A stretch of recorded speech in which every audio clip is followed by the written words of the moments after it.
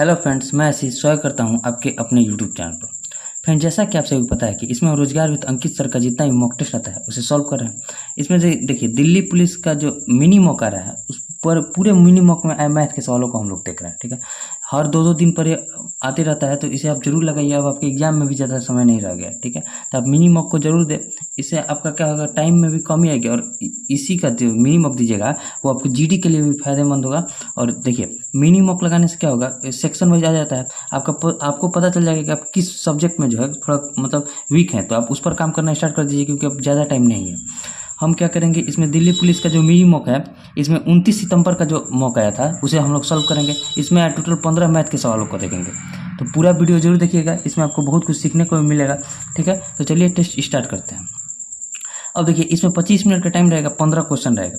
वो सारे 15 क्वेश्चन को हम लोग देखेंगे और कोशिश रहेगा कि 25 मिनट के अंदर ही सॉल्व कर दे। अगर नहीं हो पाता है तो उसके बाद जब सबमिट हो जाता है तो वहाँ से जो क्वेश्चन बचेगा उसे हम लोग सॉल्व कर देंगे। तो चलिए देखिए, टेस्ट स्टार्ट करते हैं। स्टार्ट। अब देखिए, पहला क्वेश्चन क्या कर रहा है हमारा, क्वेश्चन नंबर फर्स्ट है कि किसी वस्तु पर प्राप्त लाभ उसकी लागत का 120% है। यदि उसकी लागत 25% बढ़ा दी जाए और विक्रय मूल्य को नियत रखा जाए तो प्राप्त होने वाला लाभ विक्रय मूल्य का कितने प्रतिशत होगा। देखिए, निकटतम पूर्णांक तक हमें बताएं। देखिए, मान लीजिए 100 रुपया क्रय मूल्य है, उस पर 120 रुपया प्रॉफिट आ रहा है, तो विक्रय मूल्य कितना होगा, 220 रुपया। अगर ये सीपी है, ये प्रॉफिट है, तो ये एसपी होगा। ठीक है, अब कह रहा है कि लागत को 25% बढ़ा दिया जाए, यानी कि 100 से इसको बढ़ाकर कितना कर दिए, 125 कर दिए, और विक्रय मूल्य को नियत रखा जाए, यानी कि विक्रय मूल्य हमारा 220 का 220 ही रहे। तो अब हमसे पूछ रहा है कि प्राप्त होने वाला लाभ, देखिए कितना लाभ प्राप्त होगा, 125 रुपया क्रय मूल्य है और 220 रुपया जो है विक्रय मूल्य है, तो लाभ कितना प्राप्त होगा। तो 10 में से 5 गया 5, यहाँ क्या बचा एक, देखिए यहाँ क्या बचा 1, यानी कि 11 में से 2 गया 9, 95 रुपये का प्रॉफिट प्राप्त हुआ। हमसे पूछा कि ये जो प्रॉफिट है इस विक्रय मूल्य का कितना परसेंट है, यानी कि 95 जो है 220 का कितना परसेंट है। देखिए, 0 से 0 कट गया, 11 2 से इसको कटेंगे तो 11 और 2 से इसको कटेंगे तो 5, 5 5 25, 9 5 45 और 2 47, 475/11% हो जाएगा। अब देखिए, इसे कटाइए, 11 चौक 44, क्या बचा 3 5, 11 3 33, यानी कि 43 दशमलव समथिंग है। अगर निकटतम पूर्णांक तो बनाना है तो हमारा 43% हो जाएगा, आंसर हो जाएगा 43%। कौन सा ऑप्शन है, तो ऑप्शन नंबर सी। उम्मीद करता है आप समझे होंगे। अब देखिए नेक्स्ट क्वेश्चन नंबर सेकंड में क्या कर रहा है कि एक गाय 25 मीटर लंबी भुजा वाले एक वर्गाकार घास के मैदान में एक कोने के खूंटे में बंधी है। ठीक है, एक कोने में खूंटे से बंधी है। रस्सी की लंबाई 14 मीटर है और मैदान के उस भाग का क्षेत्रफल बताइए जिसमें गाय घास चढ़ सकती है। देखिए, मान लीजिए एक वृत्ताकार मैदान है ना, वृत्ताकार मैदान है, इसमें इस वृत्त से कोई हमें मतलब ही नहीं है, बस इसका तो क्या है, यहाँ से एक कोना पर अगर रस्सी बांध दिया जाए तो गाय देखिए ऐसे चरेगी पूरे चारों तरफ, लेकिन एक हिस्सा जो है वृत्त का चरेगी, एक हिस्सा जो है बर का चरेगी, मतलब जो एक हिस्सा जो है वो बर का चरेगी, बाकी पूरा हिस्सा तो बाहर चरेगी। तो हमसे पूछ रहा है ना कि इस देखिए, इसका 25 मीटर है और इस रस्सी का जो लंबाई है कितना दिया है, 14 मीटर। तो हमसे पूछ रहा है कि इस मतलब कितना भाग जो है चरेगी, ये जो भाग है कितना भाग चरेगी। देखिए, ये पूरा वृत्त में 4 हिस्सा होता है ना, 4 हिस्सा, एक ये हिस्सा हो जाएगा, एक ये हिस्सा हो जाएगा, मतलब 4 हिस्सा, और पूरा वृत्त 360 डिग्री का होता है। तो एक हिस्सा कितना होगा, 90 डिग्री का, यानी कि अगर हम यहाँ से निकाले तो क्या होता है, θ/360। देखिए, θ/360 पाई r स्क्वायर। हमसे वृत्त का क्षेत्रफल नहीं पूछ रहा है, क्योंकि कितना भाग क्षेत्रफल में चरेगी गाय। तो देखिए, यहाँ थीटा का वैल्यू क्या है, 90 डिग्री, क्योंकि 4 हिस्सा में से एक हिस्सा ही चल रही है, यानी कि 90 डिग्री थीटा का वैल्यू हो जाएगा 90 डिग्री बटे 360। हम सीधे 1/4 भी लिख सकते थे।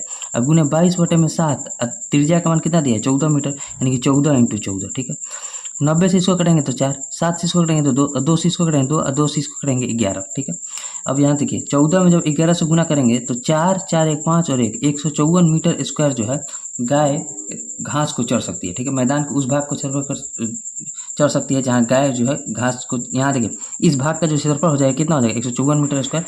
इसी में क्या कर रहा है कि मैदान के उस भाग का क्षेत्रफल बताना है जिसमें गाय घास चढ़ सकती है। तो मैदान के 154 मीटर स्क्वायर में गाय घास चढ़ सकती है। ठीक है, 154 कौन सा ऑप्शन है, तो ऑप्शन नंबर ए। अब देखिए नेक्स्ट क्वेश्चन जो है क्वेश्चन नंबर 3 में क्या कर रहा है, क्वेश्चन नंबर 3 है कि एक महिला को मंदिर तक पैदल जाने और वहां से सवारी वापस आने में 3 घंटे 20 मिनट का समय लगता है। ठीक है, यदि वह दोनों ओर सवारी का प्रयोग करती है तो उसे 2 घंटे कम लगता है। यदि वह दोनों ओर पैदल चलती है तो उसके द्वारा लिए जाने वाले समय का आधा समय क्या होगा। देखिए, पहले मान लीजिए एक क्या कर रही है, पैदल जा रही है और फिर उधर से सवारी से आ रही है, तो कितना टाइम लग रहा है, 3 घंटा 20 मिनट, ठीक है, 3 घंटा 20 मिनट। अब क्या करिए, दोनों तरफ अगर सवारी से जा रही है, ठीक है, दोनों तरफ सवारी से जा रही है, तो इससे जो है 2 घंटा कम समय लग रहा है। तो इससे जब 2 घंटा कम समय लगेगा तो 3 में से 1 2 गया, कितना हो जाए, 1 घंटा 20 मिनट का टाइम लग रहा है, ठीक है। 1 घंटा 20 मिनट को टाइम लग रहा है। यहाँ से अगर हम एस मतलब एक तरफ सवारी का अगर हम निकालें, एक तरफ अगर सवारी जा रही है तो कितना टाइम ले रही है, दोनों तरफ जा रही है तो 1 घंटा का 20 मिनट, 1 घंटा 20 मिनट को हम क्या लिख सकते हैं, 80 मिनट। यानी कि एक तरफ जब सवारी से जाएगी तो कितना हो जाएगी, 40 मिनट का समय लेगी, ठीक है। अब हमसे पूछ रहा है कि पैदल जा रही है तो उसका आधा समय, दोनों तरफ पैदल। तो यहाँ देखिए पहले पैदल का हम वैल्यू निकालेंगे। जब p प्लस एस बराबर 3 घंटा 20 मिनट है तो एस p बराबर कितना हो जाएगा, 3 घंटा 20 मिनट को क्या लिख सकते हैं, 180 और 20, देखिए 100, देखिए 3 घंटा 20 मिनट को क्या लिख सकते हैं, 3 का कितना होता है 60 की 180, 180 और 20 कितना हो जाएगा 300। 300 मिनट में से अगर हम 40 मिनट को घटाएंगे तो कितना हो जाएगा, 260 मिनट हो जाएगा, 260 मिनट।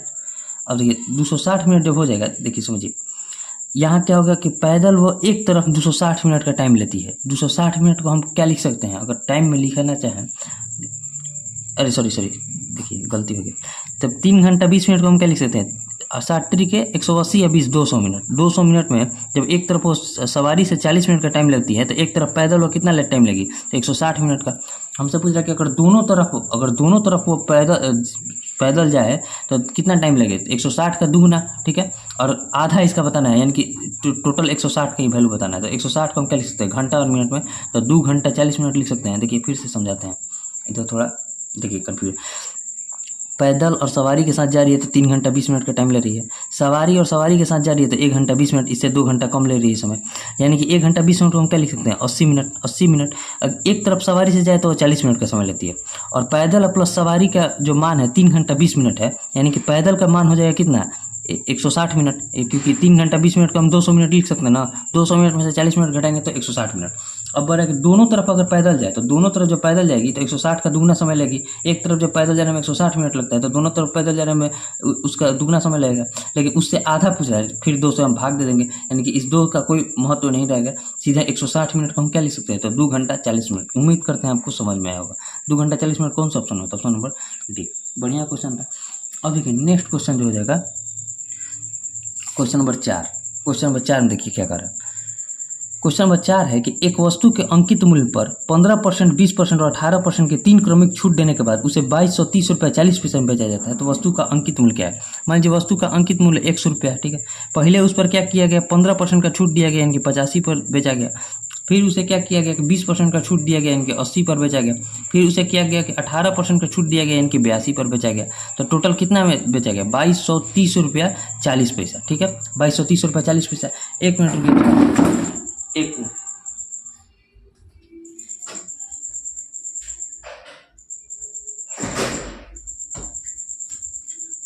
देखिए 2230 रुपये 40 पैसा में देखिए 1 0 से 1 0 गया। 5 से इसको कटाएंगे तो 17, और 5 से इसको कटाएंगे तो 2, ठीक है। 2 से इसको कटा दिए तो 4, ठीक है। 4 से इसको कटाएं तो कितना हो गया, 25 हो गया ना। अब देखिए 25 हो गया तो इसको कर दिए 50 और इसको कर दिए 41, ठीक है, 41। अब देखिए इस जीरो, यहाँ अगर जीरो को हटाएंगे तो पॉइंट हट जाएगा, क्योंकि इस जीरो का आगे कोई वैल्यू नहीं है। इस पॉइंट को हम हटा दिए, इस जीरो को उधर गुना करके, ठीक है। अब कटा कर देखिए यहाँ क्या बचा, एक बार फिर से फ्रेश लिख देते हैं। 17 गुना क्या बचा, 41, और बटे में 25 गुना 5 यहीं बचा। और उधर बचा है 2230, मतलब 22,304 बचा। 17 से कटा कर देखिए कट जाएगा। 17 एकम 17, 5 3, 17 3 51 2 0, 17 एकम 17, 17 दूनी 34 कट गया। अब देखिए अगर इसे 41 से कटाएंगे तो कट जाएगा कि नहीं, कट जाएगा। 41 से अगर 1312 में भाग देंगे तो 41 दूनी 82, 41 दिया 123, ठीक है, 123। 11 में से 3 गया 8, ठीक है, 11 में से 3 गया 8, और यहाँ क्या कुछ नहीं बचा, कट गया, यानी कि 2, 41 दूनी 82, पूरा कट गया 32 से, यानी कि 41 से इसको करेंगे तो 32 से कट जाएगा। अब गुना कीजिए, x बराबर कितना हो जाएगा, 32 पचे 160, 160 में जब हम 25 से गुना करेंगे तो 16 पचे 80, 16 दूनी 32 और 8 40 और 1 0, यानी कि 4000 जो हो जाएगा अंकित मूल्य हो जाएगा। 4000 कौन सा ऑप्शन में, तो ऑप्शन नंबर ए में, ठीक है। उम्मीद करते हैं आपको समझ में आएगा। अब देखिए नेक्स्ट क्वेश्चन जो है क्वेश्चन नंबर 5। क्वेश्चन नंबर 5 में क्या है, क्वेश्चन नंबर 5 है कि यदि 2 धनात्मक संख्याओं के वर्गों का योगफल 2426 है तो उनमें से एक संख्या का वर्गमूल 7 है तो दूसरी संख्या ज्ञात कीजिए। मान लीजिए दोनों संख्या x स्क्वायर एक संख्या हो जाएगी, दूसरी संख्या y स्क्वायर बराबर कितना दिया है 2426। एक संख्या का वर्गमूल यानी कि y का वर्गमूल अगर 7 है तो वही संख्या क्या होगी जी 49 होगी, तभी ना इसका वर्गमूल 7 होगा। इसका वर्गमूल जब निकालेंगे तो क्या हो जाएगा 7 हो जाएगा, इनके y बराबर हो जाएगा 49। अब देखिए x स्क्वायर प्लस 49 का स्क्वायर करेंगे तो कितना हो जाएगा 49 का स्क्वायर बराबर 2426, ठीक है। और देखिए एक्स स्क्वायर प्लस 49 का स्क्वायर कर दीजिए, 9 में 9 से गुणा करेंगे तो 81, 99 81, 9 चौके 36 दूनी 72 और 8 80, 4 चौके 16, 16 8 24, 2401 हो जाएगा, बराबर किसका हो जाएगा तो 2426 के।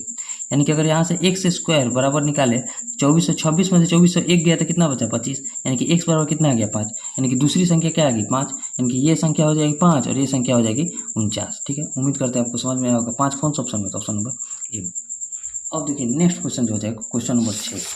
क्वेश्चन नंबर 6 क्या होगा, क्वेश्चन नंबर 6 में कह रहा है, एक मिनट, क्वेश्चन नंबर 6 में कह रहा है कि एक चुनाव में 2 प्रत्याशी के लिए 3:10 के अनुपात में मतदान हुआ। यदि सभी मत वैध मत हैं और यदि विजेता प्रत्याशी को 1,56,200 मत मिले तो कुल मत, बहुत आसान क्वेश्चन। देखिए 3:10 के अनुपात में मत मिला है, 10 का वैल्यू दिया है कितना है 1,56,200, तो हमसे टोटल यानी कि 13 का वैल्यू पूछा था। देखिए तो क्या लिखेंगे 1,56,200 बटे में 10 इंटू 13 गुना कीजिए, 0 से 0 कट गया, 13 दूनी 26, 13 छक 78 और 2 80, 13 पचे 65, 65 और 8, 65 8 कितना होता है 65 8 73, हाथ में लगा 7, 13 कम 13 और 7 20, और एक ये 0 है तो यानी कि 20 30 60, यानी टोटल क्या हो जाए 2,03,060, इकाई दाई सैकड़ा हज़ार 10,000 लाख, यानी कि 20 30 60 जो हो जाएगा हमारा टोटल वोट हो जाएगा। 20 30 60 कौन सा ऑप्शन में, ऑप्शन नंबर बी, ठीक। अब देखिए next question, question number 7। Question number 7 है कि उस समचतुर्भुज का क्षेत्रफल कितना होगा जिसकी भुजा 10 सेंटीमीटर, छोटा विकर्ण 12 सेंटीमीटर। देखिए ये मान लीजिए समचतुर्भुज हो गया, ठीक है। समचतुर्भुज में देखिए समचतुर्भुज का जो फॉर्मूला होता है एरिया का हाफ d1 d2 होता है, मतलब विकर्णों का गुणनफल बटे 2।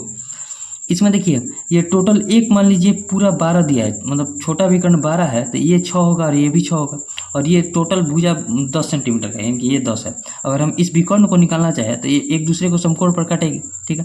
यानी कि अगर इसको हम ये इसका वैल्यू अगर निकालना चाहे तो क्या लिखेंगे, इसका वैल्यू जो हो जाएगा विकर्ण का स्क्वायर, ये समकोण के सामने वाला कर्ण होता है, यानी कि कर्ण का स्क्वायर माइनस आधार का स्क्वायर। अगर कर्ण का स्क्वायर माइनस आधार का स्क्वायर करेंगे तो 100 माइनस 36 बराबर कितना होता है 64, 64 64 किसका हो जाएगा 8, यानी कि इसका वैल्यू 8 है। जब इसका वैल्यू 8 है तो इसका भी वैल्यू 8 होगा, यानी कि अगर यहाँ से देखें तो d1 बराबर हो जाएगा 16 और d2 का वैल्यू क्वेश्चन में दिया था कितना 12, तो हमसे पूछ रहा है समचतुर्भुज का क्षेत्रफल कितना हो जाएगा हाफ d1 d2, यानी कि 1/2 इंटू 16 इंटू 12, 2 6 को करेंगे तो 8, अब 12 8 कितना होता है 12 8 96 सेंटीमीटर स्क्वायर जो हो जाएगा हमारा आंसर हो जाएगा। 96 सेंटीमीटर स्क्वायर कौन सा ऑप्शन होता है, ऑप्शन नंबर डी में। उम्मीद करता है आपको समझ में आया होगा।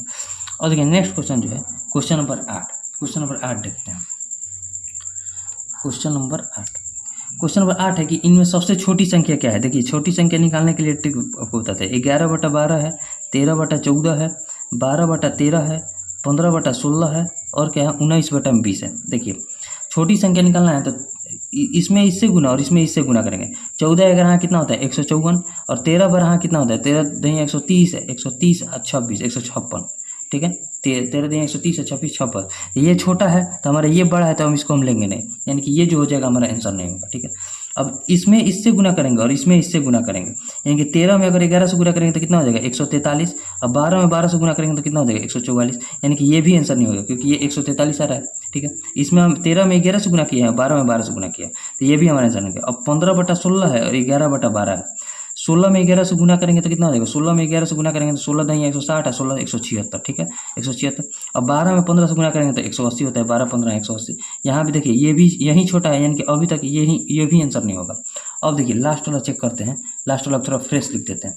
फ्रेश क्या लिखेंगे 11/12 और क्या है 19/20। अब इसमें देखिए कौन सा छोटा है 11 दूनी 22, 11 दूनी 22 यानी कि ये हो जाएगा 220, और 12 में 19 से गुना करेंगे तो कितना हो जाएगा 12 9 108, 19 दही 190 और 38 कितना होता है 190 और 38 अगर करिएगा 190 और 38 करेंगे तो 8 और 19 3 22 228 हो जाएगा। तो यहाँ भी 220 छोटा है, यानी कि सबसे छोटा क्या हो जाएगा 11/12। 11/12 कौन सा ऑप्शन में है तो ऑप्शन नंबर सी में, ठीक है। अब देखिए नेक्स्ट क्वेश्चन और लास्ट क्वेश्चन, सॉरी लास्ट बोल रहा है, नेक्स्ट क्वेश्चन क्वेश्चन नंबर 9, 8 बन गया, क्वेश्चन नंबर 9 देखते हैं। क्वेश्चन नंबर 9 में क्या कर रहा है कि बोर्डमास से हमारा क्वेश्चन है। देखिए बोर्डमास में पहले हम एक बार इसमें टाइम लीजिए और आप सही बनाने की कोशिश कीजिए। देखिए 4/5 और डिवाइड है ना, तो डिवाइड करेंगे। यहाँ इस ऑफ का पहले क्या करेंगे, तो 3 चौके 12 अब बटे 10 9 ये 90, ठीक है, लिख देंगे इसको। माइनस 4 बटे में 5, ठीक है, और गुना क्या लिखेंगे, 9 एकम 9 और 1 10 बटे में 9। ऐसे भाग है तो गुना में चेंज करेंगे तो पलट देंगे, 15 बटे में 8 लिख देंगे, ठीक है। फिर उसके बाद माइनस में जो दिया है 3 बटे में 4 और प्लस 3 बटे में 4, अब भागा गुना चेंज करेंगे तो पलट देंगे 2। अब इसी को सॉल्व करना है। देखिए इसे सॉल्व करेंगे, तो क्या लिखेंगे, 4 बटे में 5 और गुना 90 बटे में 12, 90 बटे 12 लिखेंगे। अब माइनस, अब इसे सॉल्व कीजिए, 5 से इसको कटेंगे तो 2 और 4 दूनी 8, यानी क्या बचा, 3 से इसको कटाए 3 और 3 से इसको कटाए 5, यानी कि 5 बटा में 3 बचा। अब माइनस में 2 से इसको कटाइए 2, यानी क्या बचा, 3 बटा में 4, 3 बटा में 4, 3 बटा 4 और प्लस 3 बटा में 2, ठीक। अब देखिए 5 से इसको कटाएंगे, देखिए 4 से इसको कटाए 3, 3 से इसको कटाए 30 और इसको कटाए तो 6 हो गया। यानी क्या बचा, टोटल ओवरऑल देखा जाए तो 6 माइनस 5 बटा में 3 माइनस 3 बटा में 4 और प्लस 3 बटा में 2। एलसीएम निकालिए, 3 4 2 का एलसीएम कितना होता है, 12, 12 छक 72, 3 चौके 12 5 चौके 20, 4 5 20 5 3 15 और प्लस 2 छके 12 छतरी 18, 72 18 कितना होता है 90, 90 माइनस 20 में से 20 और 15 कितना होगा, ठीक है ना, 4 3 सॉरी तितरी के 9, 20 में 20 और 9 कितना हो जाएगा 29 और बटे में 12। इसको घटाइए, 10 में से 9 गया 1, 8 में से 2 गया 6, 61 बटा 12 जो हो जाएगा हमारा आंसर हो जाएगा। 61 बटा 12 ऑप्शन सी में दिया है, तो ऑप्शन सी जो हो जाएगा 61 बटा 12 हमारा आंसर हो जाएगा। उम्मीद करते हैं आपको समझ में आया होगा। अब देखिए नेक्स्ट क्वेश्चन, क्वेश्चन नंबर 10। इसमें तो कुछ करना नहीं था, आपका कैलकुलेशन जितना बढ़िया होगा उतना ये आपसे जल्दी बनेगा।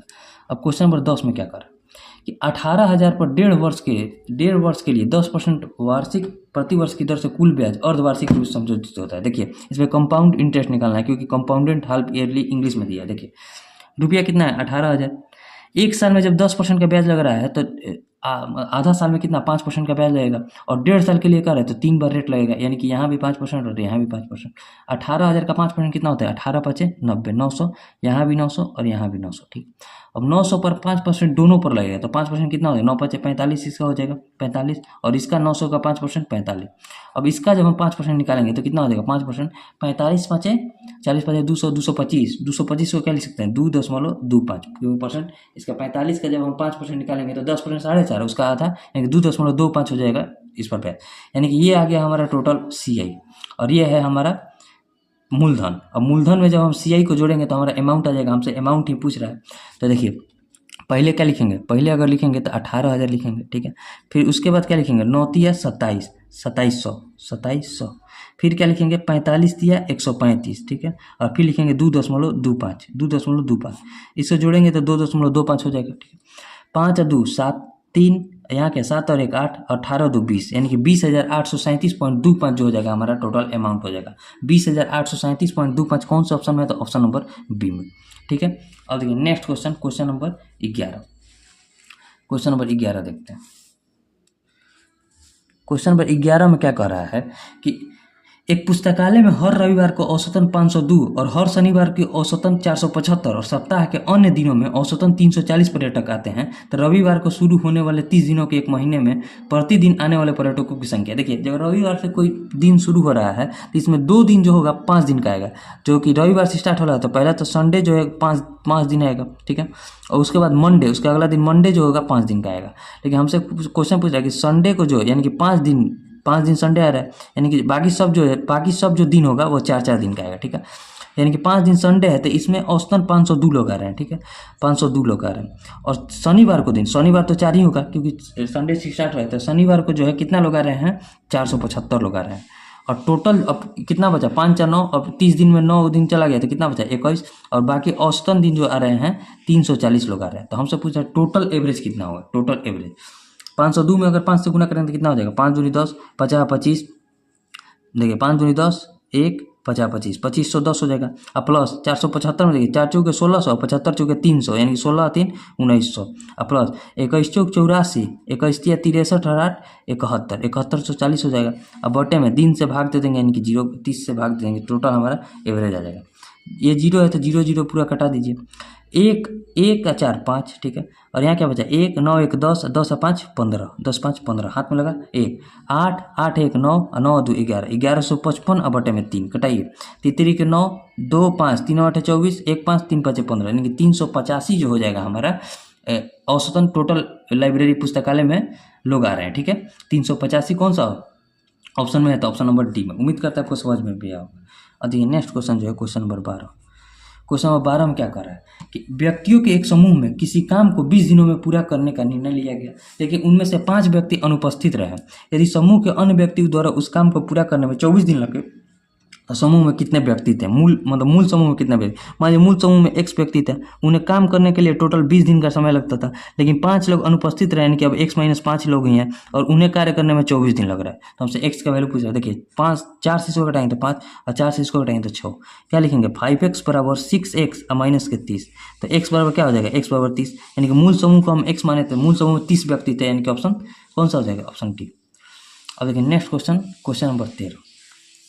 क्वेश्चन नंबर 13 में क्या कर रहा है कि तेल के मूल्य में 20% की कमी से एक व्यक्ति 4500 में 15 लीटर अधिक तेल खरीद पाता है, तो तेल का प्रारंभिक मूल्य प्रति लीटर क्या है? मान लीजिए तेल के मूल्य में जो प्राइस में है कमी हो गई, 5 से 4 हो गया। 20% कम लिख सकते हैं 1/5। 20% क्या लिखेंगे? 1/5, यानी कि पहले मूल्य अगर 5 था तो अब प्राइस कितना हो गया? 1 कम, यानी कि 4 हो गया। तो मूल्य का उल्टा जो होता है आर्टिकल। अब पेट्रोल जो है 4 से 5 हमें मिल रहा है, तो देखिए 4 से 5 कितना अधिक है? 1, और 1 का वैल्यू दिया 15 लीटर अधिक मिल रहा है। तो हमसे पूछ रहा है कि तेल का प्रारंभिक मूल्य, यानी कि ये वाला मूल्य हमसे पूछ रहा है। तो 4 का वैल्यू कितना होगा? पहले 60 लीटर लाता था, और 60 लीटर लाता था किस में? 4500 रुपये में। 4500 रुपये में जब 60 लीटर लाता था 4500 रुपये में, तो हमसे 1 लीटर का वैल्यू कितना हो जाएगा? कैसे रुपये लीटर पड़ेगा? तो 4500 बटे में 60, 0 से 0 कटेंगे, 6 से इसको कटेंगे, 6 7 42, 3 0, 6 5 30, यानी कि 75 रुपये प्रति लीटर जो हो जाएगा प्रारंभिक मूल्य हो जाएगा। 75 कौन सा ऑप्शन में? तो ऑप्शन नंबर सी में।